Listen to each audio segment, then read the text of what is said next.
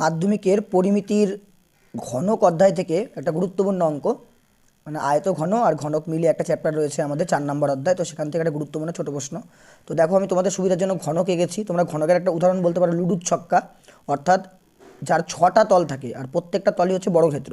তো দেখো, কোশ্চেনে বলা আছে একটি ঘনকের কর্ণের দৈর্ঘ্য 4√3 সেন্টিমিটার আর ঘনকটির সমগ্র তলের ক্ষেত্রফল তোমাকে বের করতে বলছে, অর্থাৎ 6টা তলের ক্ষেত্রফল তোমাকে বের করতে বলছে।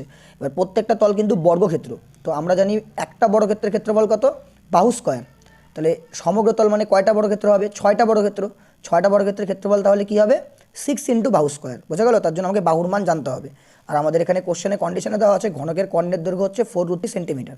তাহলে আমরা ঘনকের কর্ণের দৈর্ঘ্যের একটা ফর্মুলা জানি, তো আমরা লিখে দিব ঘনকের কর্ণের দৈর্ঘ্যের ফর্মুলা হচ্ছে √3 ইন্টু বাহু ইকুয়াল টু এর মান দেওয়া আছে হচ্ছে আমাদের 4√3। তো এখান থেকে আমাদের দেখো √3 আর √3 কী হয়ে গেল, ক্যান্সেল, অর্থাৎ বাহুর মান চলে আসবে আমাদের হচ্ছে 4, অর্থাৎ বাহুর মান চলে আসবে আমাদের 4 সেন্টিমিটার। তাহলে বাহুর মান কত চলে আসলো আমাদের, 4 সেন্টিমিটার।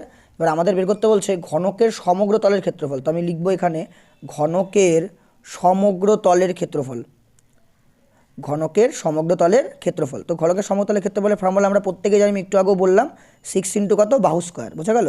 তাহলে এখান থেকে আমরা 6 ইন্টু বাহুর মান দেওয়া আছে 4, তার স্কয়ার, অর্থাৎ চলে আসবে 4 4 16, 6 6 চলে আসবে আমাদের 96 বর্গ সেমি।